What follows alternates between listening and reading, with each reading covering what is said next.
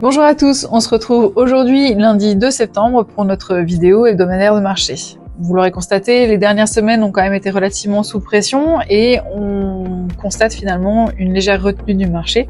Et on va analyser ensemble du coup les points qui sont à retenir pour la semaine. On y va. Je suis en compagnie de Pierre et on va démarrer avec le marché du blé. Bonjour à tous. On a constaté que les cours du blé Euronext clôturaient sur un ton relativement neutre vendredi dernier. Le marché a effectué une pause dans sa réaction initiée depuis le début de la semaine. La baisse des prix et l'atteinte d'un support technique important ont effectivement permis de réactiver la demande et particulièrement la demande domestique. Les blés fourragers français et allemands ont d'ailleurs trouvé preneur auprès de la demande belgeo-hollandaise, tandis que les blés allemands à haute teneur en protéines ont été vendus vers les UK. En parallèle, la pose de l'euro procure un soutien amplement mécanique car dans les faits, les prix proposés par les concurrents russes et ukrainiens restent extrêmement compétitifs. Il faut savoir que pour accéder finalement à des blés des pays de l'Est en Europe aujourd'hui avec l'acheminement, c'est quand même extrêmement facile et finalement on n'a pas de limite de frontières. Effectivement, maintenant reste à voir jusqu'où cette réaction peut se poursuivre, mais dans les faits, sans un retour de la demande des top importateurs ou sans l'apparition d'un nouvel élément haussier, le potentiel de reprise pourrait être relativement limité.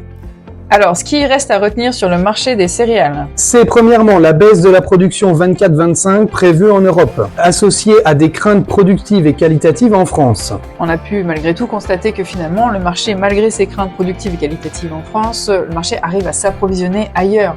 Donc finalement, ça vient un petit peu nuancer cet élément qui pourrait être finalement simplement isolé, un élément haussier et finalement qui, avec la dispo qu'on peut avoir un peu partout, et finalement, en stocks qui sont quand même conséquents en Russie ou sur les pays de l'Est, ça vient nuancer tout ça. Pour terminer sur le marché des céréales, il faut bien garder en tête également le bilan maïs américain qui est largement excédentaire cette année, ainsi que, à l'heure où on se parle, de très bonnes prévisions de production maïs sur la partie Europe de l'Ouest. On passe au graphique avec donc l'échéance décembre 24. On nous envoie un support à 211 € et une résistance à 220. Nous allons passer au marché des oléagineux. Concernant le colza, les cours étaient neutres sur l'Euronext ce vendredi, faisant suite à une semaine où les cours ont regagné de la vigueur grâce à la pause de l'euro et à un regain de visibilité concernant le potentiel de baisse du soja. Certains estiment que le marché directeur du soja américain a atteint un prix plancher, réduisant le poids sur les cours du colza. Le début de cycle des sojas brésiliens pourrait introduire une construction d'une prime de risque sur le soja, ce qui changerait la structure du marché.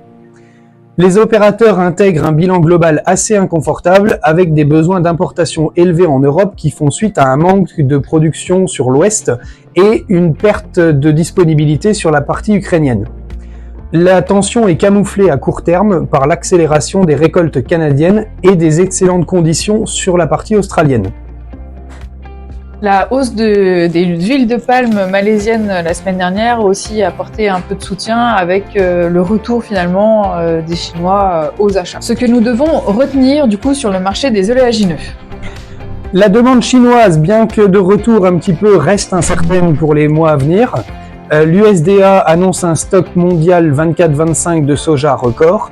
Et en élément de soutien, on retrouve quand même ce que l'on évoquait à l'instant, une forte baisse de la production européenne de colza. On passe donc au graphique avec l'échéance novembre 24, avec un support à 460 et une résistance à 471. On va passer sur un point macroéconomie. On constate aujourd'hui qu'on a quand même globalement un ralentissement économique mondial qui vient appuyer sur les marchés. Et idem pour la partie euro-dollar. Oui, la parité euro-dollar, notamment les dernières semaines, a fortement influé les marchés avec une hausse de l'euro qui avait impliqué donc la baisse des marchés à cause d'une perte de compétitivité à l'export. On revient aujourd'hui sur des niveaux un peu plus élevés et donc ça apporte aussi un petit peu de soutien sur les cours. Vous l'aurez compris, aujourd'hui, la stratégie, c'est de savoir si on profite finalement du regain du marché actuel sur les céréales pour continuer à avancer un petit peu dans notre commercialisation, ou si finalement on reste encore un petit peu dans l'expectative avec tous les risques que ça comporte et qu'on a pu évoquer les dernières minutes passées ensemble.